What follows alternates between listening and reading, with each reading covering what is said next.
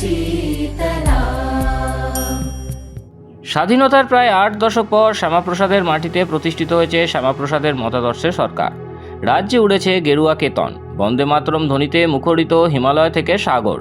রাজ্যে রাষ্ট্রবাদী সরকার প্রতিষ্ঠিত হতেই বাঙালির আত্মপরিচয়ের রক্ষাকর্তা এবং অখণ্ড ভারতের স্বপ্নদ্রষ্টা ভারত কেশরী ডক্টর শ্যামাপ্রসাদ মুখোপাধ্যায়ের 126তম জন্মজয়ন্তীতে ঐতিহাসিক মুহূর্তের সাক্ষী থাকল তিলোত্তমা কলকাতা।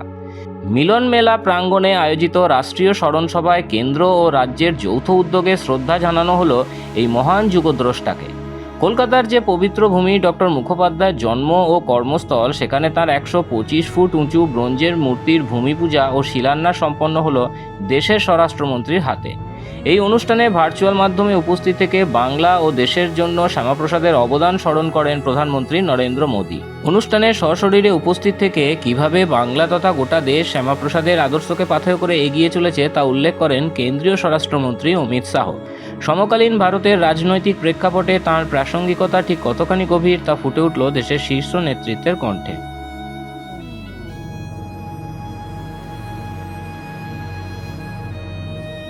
বিদেশ সফরে থাকা এদিনের অনুষ্ঠানে সশরীরে উপস্থিত থাকতে না পারলেও প্রযুক্তির মাধ্যমে যুক্ত হয়ে সুদীর্ঘ ভাষণ দেন প্রধানমন্ত্রী নরেন্দ্র মোদী। ডক্টর মুখোপাধ্যায়ের সাহস এবং বিকল্প মতাদর্শের আন্দোলনের ভিত্তিপ্রস্তর স্থাপনের গুরুত্ব বর্ণনা করতে গিয়ে প্রধানমন্ত্রী স্মরণ করিয়ে দেন কিভাবে তৎকালীন একদলীয় রাজনীতির আধিপত্যকে চ্যালেঞ্জ জানিয়ে তিনি ভারতীয় জনসংঘের প্রদীপ প্রজ্বলিত করেছিলেন। भारत में एक वैचारिक आंदोलन को जन्म दिया। आप देखिए, जिस समय जनसंघ की स्थापना हुई थी तब हर तरफ कांग्रेस की ही बोलबाला थी, कांग्रेस का ही वर्चस्व दिखाई देता था। एक ऐसे दौर में जब अलग विचार के लिए कोई जगह ही नहीं थी, बड़ी मुश्किल था पैर रखने के लिए भी जगह मिल जाए, तब डॉक्टर श्यामा प्रसाद मुखर्जी ने उन सारी परिस्थितियों को चुनौती देते हुए एक नए विचार का साहस किया। यह केवल एक संगठन बनाने का निर्णय नहीं था, एक राजनीतिक दल को जन्म देने का काम नहीं था। यह लोकतंत्र में वैचारिक विविधता, राष्ट्रीय चिंतन और जन भागीदारी पर उनके अटूट विश्वास की अभिव्यक्ति थी। প্রধানমন্ত্রী তার ভাষণে মনে করান এক দেশে দুই বিধান, দুই প্রধান, দুই নিশানের বিরুদ্ধে শ্যামাপ্রসাদের আপোষহীন সংগ্রামের কথা। মনে করান কাশ্মীর সীমান্তে তার আত্মত্যাগের কথা স্মরণ করে প্রধানমন্ত্রী গর্বের সাথে ঘোষণা করেন যে বর্তমান সরকার অনুচ্ছেদ 370-এর প্রাচীর ভেঙে ফেলে ডক্টর মুখোপাধ্যায় সেই অপূর্ণ স্বপ্নকে আজ বাস্তবায়িত করেছে। कांग्रेस देश भाग করেছে, আমি पाकिस्तान के भाग করেছি। यानी कांग्रेस ने देश का बंटवारा किया और मैंने पाकिस्तान का ही बंटवारा कर दिया। साथियों, ये जो हुंकार है, इसकी जो ताकत है, इसमें जिस बड़ी राजनीतिक इच्छा शक्ति के दर्शन होते हैं, उसका एहसास हमें तब भी होता है जब हम आज की परिस्थितियों को देखते हैं।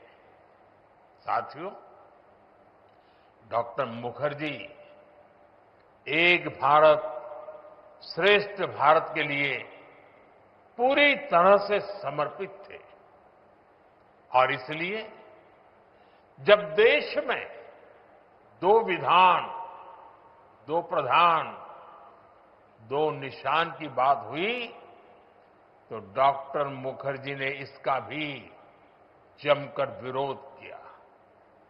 उन्होंने देश को मंत्र दिया, एक देश है दुई विधान, दुई प्रधान এবং দুই নিশান। আমরা कोखोनो मैंने नेबोना, यानी एक देश में दो विधान, दो प्रधान और दो निशान नहीं चलेंगे, नहीं चलेंगे। यह केवल एक नारा नहीं था, यह समान अधिकार, समान संविधान और समान राष्ट्रीय चेतना का आह्वान था। उन्होंने अपने सिद्धांतों के लिए संघर्ष किया, जेल गए और अंततः कश्मीर के लिए अपना सर्वोच्च बलिदान दिया। आज हमारी सरकार को इस बात का गर्व है कि आर्टिकल 370 की दीवार गिराकर हमने डॉक्टर मुखर्जी का सपना पूरा किया है। প্রধানমন্ত্রীর বার্তার পর নিজের ভাষণে ডক্টর মুখোপাধ্যায়ের আদর্শকে নতুন মাত্রায় উদ্ভাসিত করেন কেন্দ্রীয় স্বরাষ্ট্রমন্ত্রী অমিত শাহ। তিনি বলেন, ডক্টর মুখোপাধ্যায়ের মৃত্যুর পর বাংলায় তাঁর ভাবাদর্শে জাতীয়তাবাদী সরকার প্রতিষ্ঠিত হয়েছে। জন্মভূমিতে যোগ্য সম্মান পাচ্ছেন তিনি।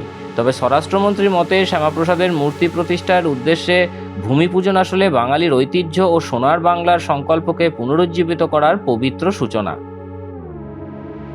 मैं बंगाल और देश की जनता को कहने आया हूं, ये श्यामा प्रसाद मुखर्जी जी की मूर्ति का भूमि पूजन नहीं है, ये सोनार बांग्ला को संकल्प सिद्ध करने का भूमि पूजन है।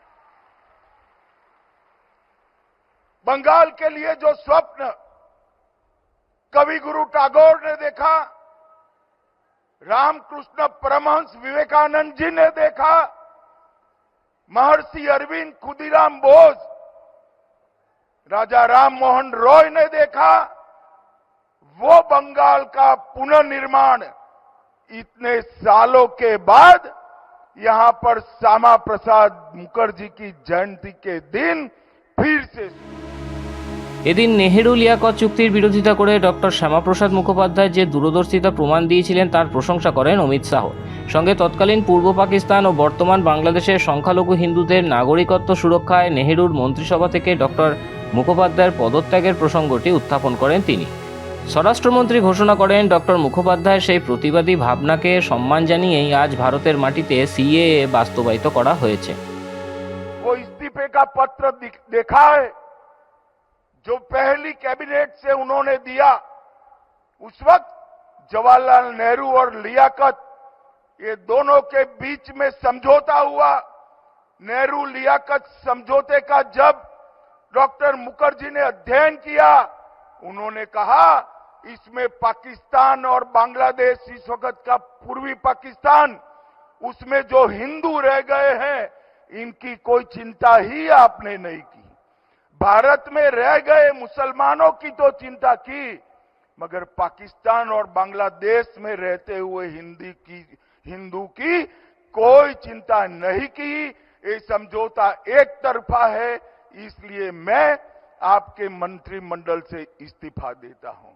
और मित्रों, आज उनकी ही पार्टी की सरकार ने सीएए लाकर सभी हिंदुओं को नागरिकता देने का काम किया है। কলকাতার মিলন মেলায় আয়োজিত এই অনুষ্ঠানের মঞ্চ থেকে ডক্টর মুখোপাধ্যায়ের শিক্ষা ভাবনা, তার দেশাত্মবোধ এবং অখণ্ড ভারতের আদর্শকে বুকে নিয়ে একবিংশ শতাব্দীর বিকশিত ভারত গড়ার ডাক দেন কেন্দ্রীয় স্বরাষ্ট্রমন্ত্রী অমিত শাহ। কলকাতার মাটি থেকে উৎসারিত ডক্টর মুখোপাধ্যায় জাতীয়তাবাদের মূল ধারাটি আজ সমগ্র ভারতের চালিকা শক্তি হয়ে উঠেছে। বক্তব্যে এটাই মনে করান অমিত শাহ। ব্যুরো রিপোর্ট, মাধ্যম।